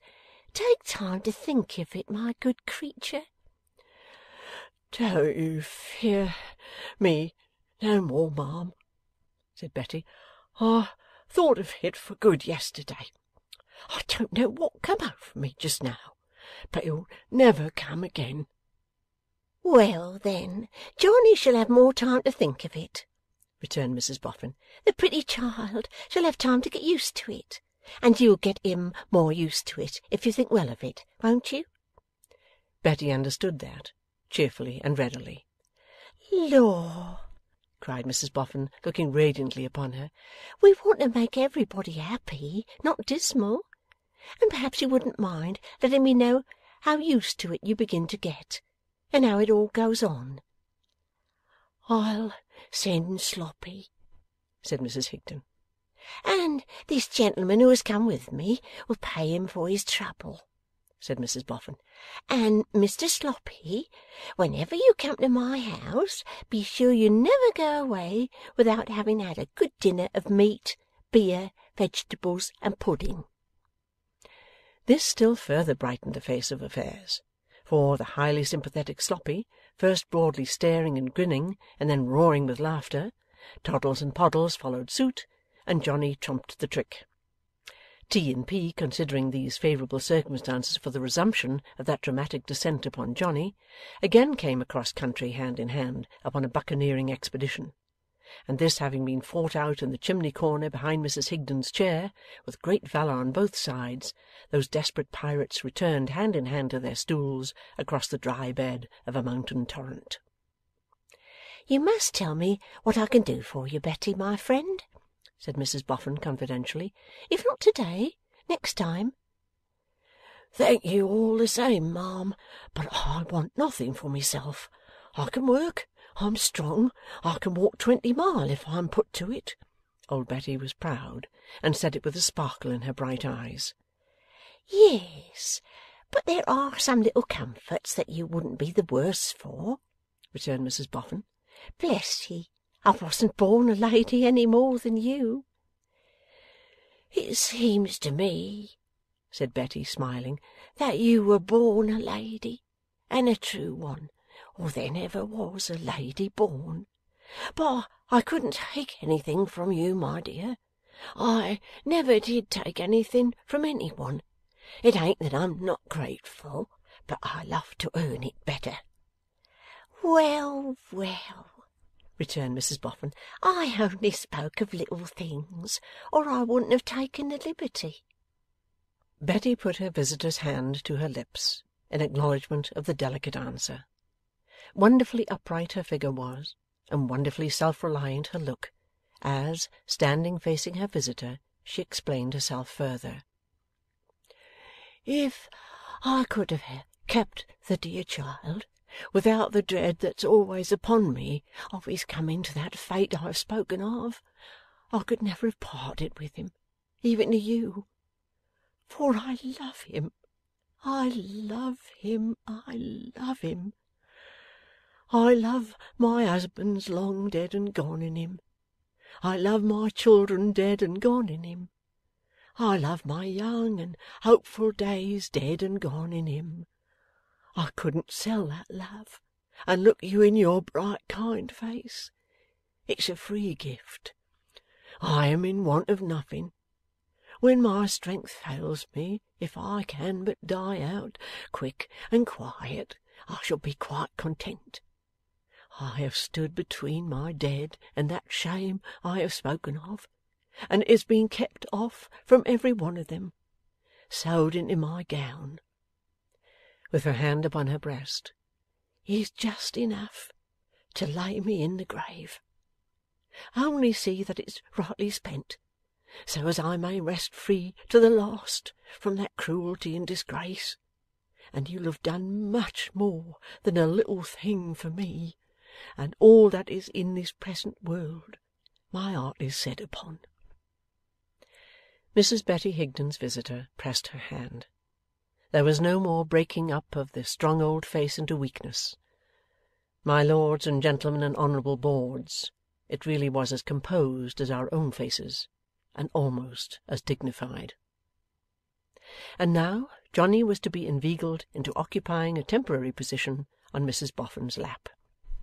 It was not until he had been piqued into competition with two diminutive minders by seeing them successively raised to that post and retire from it without injury, that he could be by any means induced to leave Mrs Betty Higden's skirts, towards which he exhibited, even when in Mrs Boffin's embrace, strong yearnings, spiritual and bodily, the former expressed in a very gloomy visage, the latter in extended arms.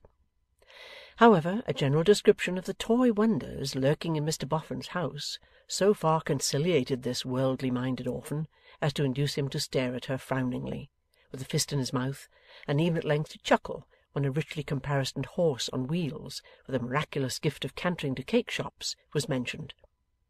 This sound being taken up by the minders, swelled into a rapturous trio, which gave general satisfaction. So, the interview was considered very successful, and Mrs Boffin was pleased, and all were satisfied, not least of all Sloppy, who undertook to conduct the visitors back by the best way to the Three Magpies, and whom the hammer-headed young man much despised. This piece of business thus put in train, the Secretary drove Mrs Boffin back to the Bower, and found employment for himself at the new house until evening. Whether, when evening came, he took away to his lodgings that led through fields, with any design of finding Miss Bella Wilfer in those fields, is not so certain as that she regularly walked there at that hour. And, moreover, it is certain that there she was. No longer in mourning, Miss Bella was dressed in as pretty colours as she could muster. There is no denying that she was as pretty as they, and that she and the colours went very prettily together. She was reading as she walked, and, of course, it is to be inferred, from her showing no knowledge of Mr Rokesmith's approach, that she did not know he was approaching. 'Eh?' said Miss Bella, raising her eyes from her book when he stopped before her. 'Oh, it's you.' 'Only I. A fine evening.' 'Is it?' said Bella, looking coldly round. 'I suppose it is, now you mention it. I have not been thinking of the evening.' 'So intent upon your book?' 'Yes,' replied Bella, with a drawl of indifference. 'A love story, Miss Wilfer?' 'Oh dear no, or I shouldn't be reading it. It's more about money than anything else.' 'And does it say that money is better than anything?' 'Upon my word,' returned Bella, 'I forget what it says. But you can find out for yourself if you like, Mr Rokesmith. I don't want it any more.' The Secretary took the book. She had fluttered the leaves as if it were a fan, and walked beside her. 'I am charged with a message for you, Miss Wilfer.' 'Impossible, I think,' said Bella, with another drawl. 'From Mrs Boffin. She desired me to assure you of the pleasure she has in finding that she will be ready to receive you in another week or two at furthest.' Bella turned her head towards him, with her prettily insolent eyebrows raised and her eyelids drooping, as much as to say, 'How did you come by the message, pray?' 'I have been waiting for an opportunity of telling you that I am Mr Boffin's secretary.' 'I am as wise as ever,' said Miss Bella loftily, 'for I don't know what a secretary is. Not that it signifies.' 'Not at all?' A covert glance at her face, as he walked beside her, showed him that she had not expected his ready assent to that proposition. 'Then are you going to be always there, Mr Rokesmith?' she inquired, as if that would be a drawback. 'Always? No. Very much there. Yes.' 'Dear me,' drawled Bella in a tone of mortification. 'But my position there as secretary will be very different from yours as guest. You will know little or nothing about me. I shall transact the business, you will transact the pleasure. I shall have my salary to earn, you will have nothing to do but to enjoy and attract.' 'Attract, sir?' said Bella again, with her eyebrows raised and her eyelids drooping. 'I don't understand you.' Without replying on this point, Mr Rokesmith went on. 'Excuse me. When I first saw you in your black dress—' 'There!' was Miss Bella's mental exclamation. 'What did I say to them at home? Everybody noticed that ridiculous mourning.' 'When I first saw you in your black dress, I was at a loss to account for that distinction between yourself and your family. I hope it was not impertinent to speculate upon it.' 'I hope not, I am sure,' said Miss Bella haughtily. 'But you ought to know best how you speculated upon it.' Mr Rokesmith inclined his head in a deprecatory manner, and went on. 'Since I have been entrusted with Mr Boffin's affairs, I have necessarily come to understand the little mystery. I venture to remark that I feel persuaded that much of your loss may be repaired.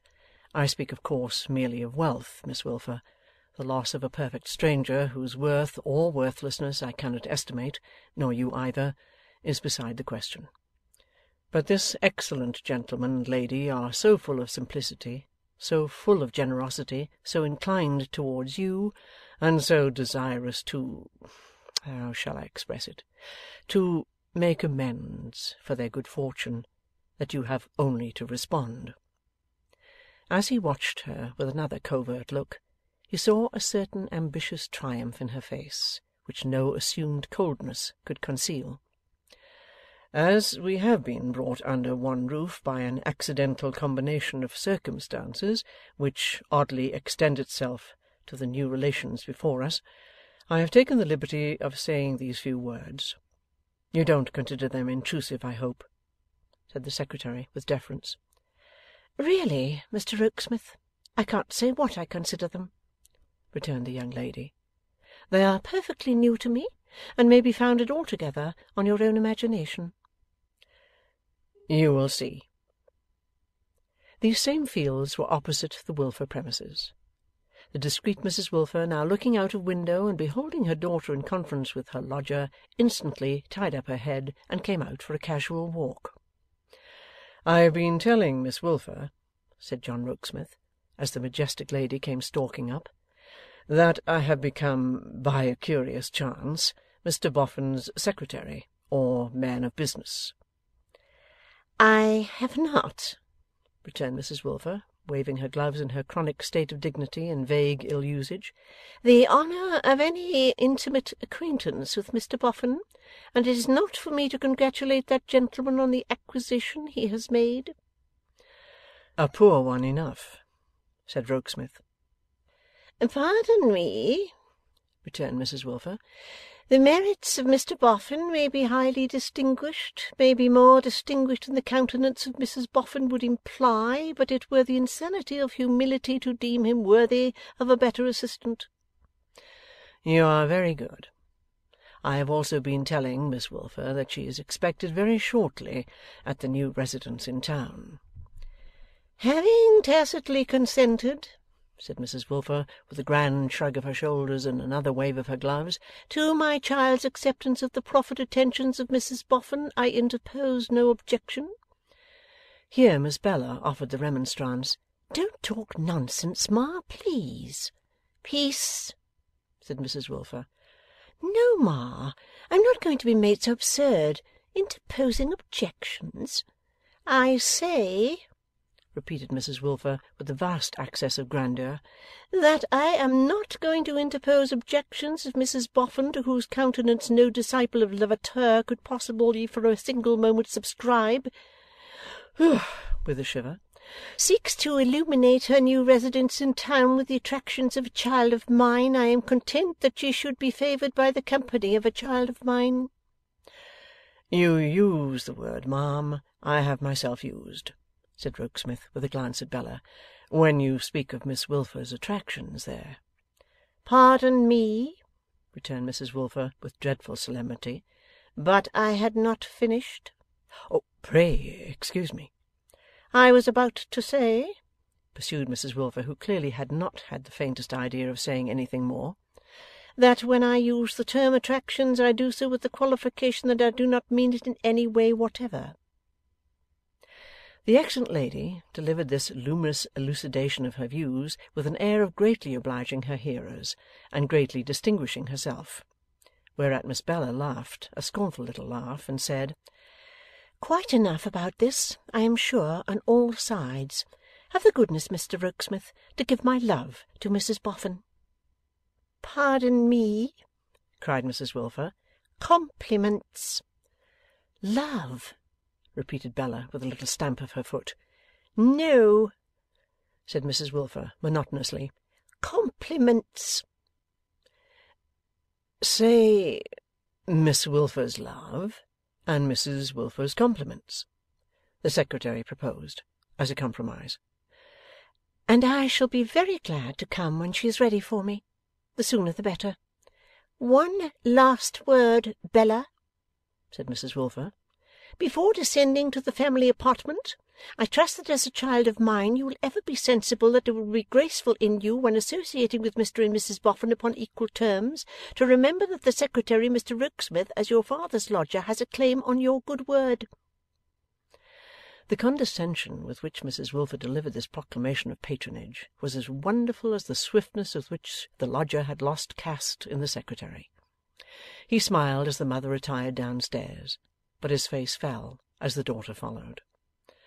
So insolent, so trivial, so capricious, so mercenary, so careless, so hard to touch, so hard to turn, he said bitterly, and added as he went upstairs, and yet so pretty, so pretty, and added presently, as he walked to and fro in his room, and if she knew. She knew that he was shaking the house by his walking to and fro, and she declared it another of the miseries of being poor that you couldn't get rid of a haunting Secretary stumping overhead in the dark, like a ghost. End of Book 1, Chapter 16. Our Mutual Friend, by Charles Dickens. Book 1, The Cup and the Lip. Chapter 17, A Dismal Swamp. And now, in the blooming summer days, behold Mr. and Mrs. Boffin established in the eminently aristocratic family mansion, and behold all manner of crawling, creeping, fluttering, and buzzing creatures attracted by the gold dust of the Golden Dustman. Foremost among those leaving cards at the eminently aristocratic door before it is quite painted are the Veneerings, out of breath, one might imagine, from the impetuosity of their rush to the eminently aristocratic steps. 1 copper-plate Mrs. Veneering, 2 copper-plate Mr. Veneerings, and a connubial copper-plate Mr. and Mrs. Veneering, requesting the honour of Mr. and Mrs. Boffin's company at dinner with the utmost analytical solemnities. The enchanting Lady Tippins leaves a card. Twemlow leaves cards. A tall custard-coloured phaeton tooling up in a solemn manner leaves 4 cards, to wit, a couple of Mr. Podsnaps, a Mrs. Podsnap, and a Miss Podsnap.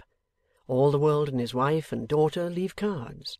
Sometimes the world's wife has so many daughters that her card reads rather like a miscellaneous lot at an auction, comprising Mrs. Tapkins, Miss Tapkins, Miss Frederica Tapkins, Miss Antonina Tapkins, Miss Malvina Tapkins, and Miss Euphemia Tapkins. At the same time, the same lady leaves the card of Mrs. Henry George Alfred Swashel, née Tapkins.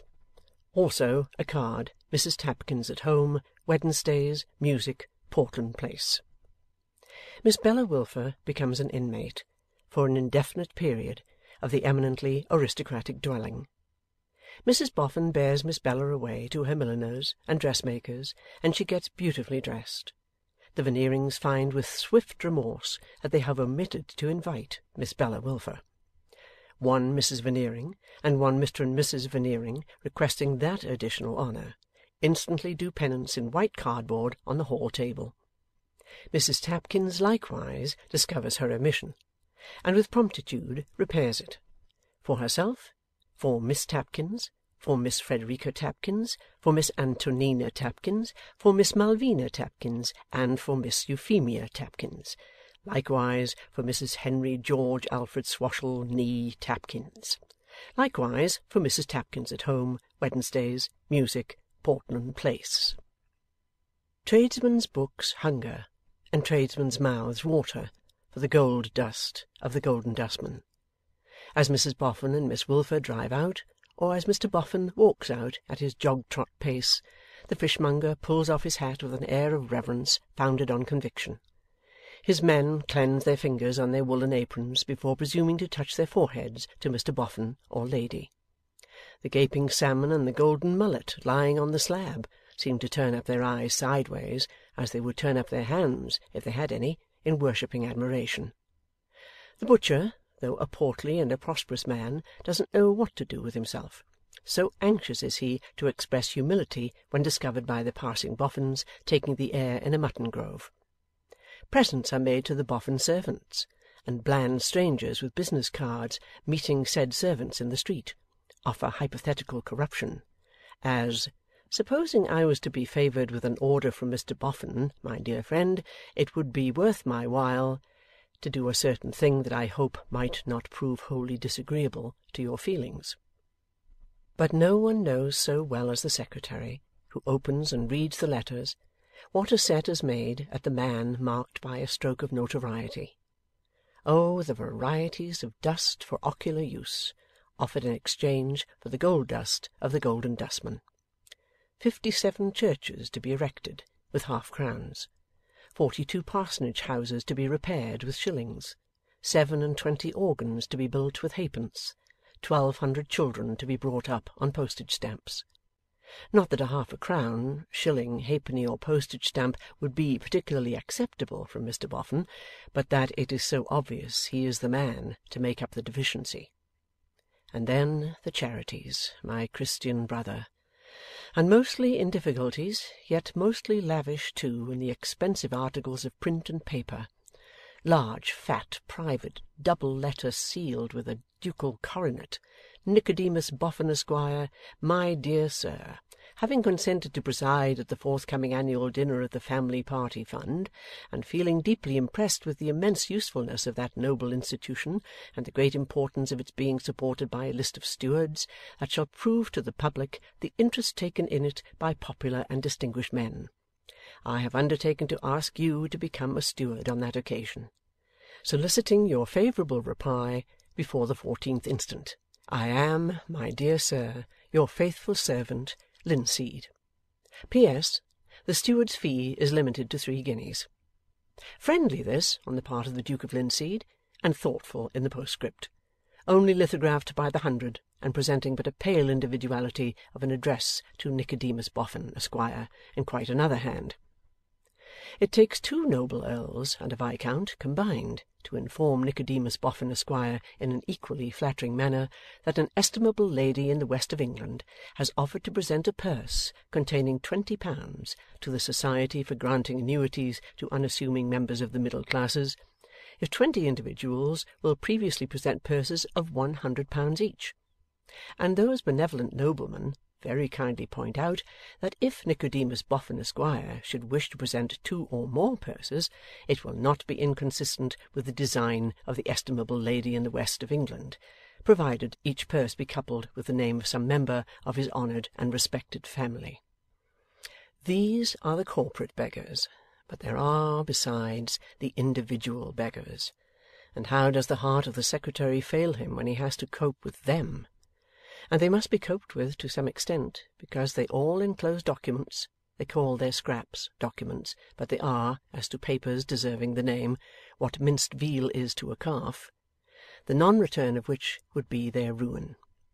That is to say, they are utterly ruined now, but they would be more utterly ruined then. Among these correspondents are several daughters of general officers, long accustomed to every luxury of life, except spelling, who little thought, when their gallant fathers waged war in the Peninsula, that they would ever have to appeal to those whom Providence, in its inscrutable wisdom, has blessed with untold gold, and from among whom they select the name of Nicodemus Boffin, Esquire, for a maiden effort in this wise, understanding that he has such a heart as never was. The secretary learns, too, that confidence between man and wife would seem to obtain but rarely when virtue is in distress. So numerous are the wives who take up their pens to ask Mr Boffin for money without the knowledge of their devoted husbands, who would never permit it, while, on the other hand, so numerous are the husbands who take up their pens to ask Mr Boffin for money without the knowledge of their devoted wives, who would instantly go out of their senses if they had the least suspicion of the circumstance. There are the inspired beggars too. These were sitting only yesterday evening musing over a fragment of candle which must soon go out and leave them in the dark for the rest of their nights, when surely some angel whispered the name of Nicodemus Boffin, Esquire, to their souls, imparting rays of hope, nay, confidence, to which they had long been strangers. Akin to these are the suggestively befriended beggars. They were partaking of a cold potato and water by the flickering and gloomy light of a lucifer match in their lodgings, rent considerably in arrear, and heartless landlady threatening expulsion like a dog into the streets, when a gifted friend happening to look in, said, "Write immediately to Nicodemus Boffin, Esquire," and would take no denial. There are the nobly independent beggars too. These, in the days of their abundance, ever regarded gold as dross, and have not yet got over that only impediment in the way of their amassing wealth. But they want no dross from Nicodemus Boffin, Esquire. No, Mr Boffin, the world may term it pride, paltry pride if you will, but they wouldn't take it if you offered it. A loan, sir, for 14 weeks to the day, interest calculated at the rate of 5% per annum, to be bestowed upon any charitable institution you may name, is all they want of you, and if you have the meanness to refuse it, count on being despised by these great spirits. There are the beggars of punctual business habits too. These will make an end of themselves at 1:45 p.m. on Tuesday, if no post-office order is in the interim received from Nicodemus Boffin, Esquire. Arriving after 1:45 p.m. on Tuesday, it need not be sent, as they will then, having made an exact memorandum of the heartless circumstances, be cold in death. There are the beggars on horseback too, in another sense from the sense of the proverb. These are mounted and ready to start on the highway to affluence. The goal is before them, the road is in the best condition, their spurs are on, the steed is willing, but at the last moment, for want of some special thing, a clock, a violin, an astronomical telescope, an electrifying machine, they must dismount for ever, unless they receive its equivalent in money from Nicodemus Boffin, Esquire. Less given to detail are the beggars who make sporting ventures. These, usually to be addressed in reply under initials at a country post-office, inquire in feminine hands, dare one who cannot disclose herself to Nicodemus Boffin, Esquire, but whose name might startle him were it revealed, solicit the immediate advance of £200 from unexpected riches exercising their noblest privilege in the trust of a common humanity. In such a dismal swamp does the new house stand, and through it does the secretary daily struggle breast high, not to mention all the people alive who have made inventions that won't act, and all the jobbers who job in all the jobberies jobbed, though these may be regarded as the alligators of the dismal swamp, and are always lying by to drag the Golden Dustman under. But the old house, there are no designs against the Golden Dustman there. There are no fish of the shark tribe in the Bower waters. Perhaps not. Still, Wegg is established there, and would seem, judged by his secret proceedings, to cherish a notion of making a discovery. For, when a man with a wooden leg lies prone on his stomach to peep under bedsteads, and hops up ladders like some extinct bird to survey the tops of presses and cupboards, and provides himself an iron rod which he is always poking and prodding into dust mounds, the probability is that he expects to find something. End of Book 1, Chapter 17.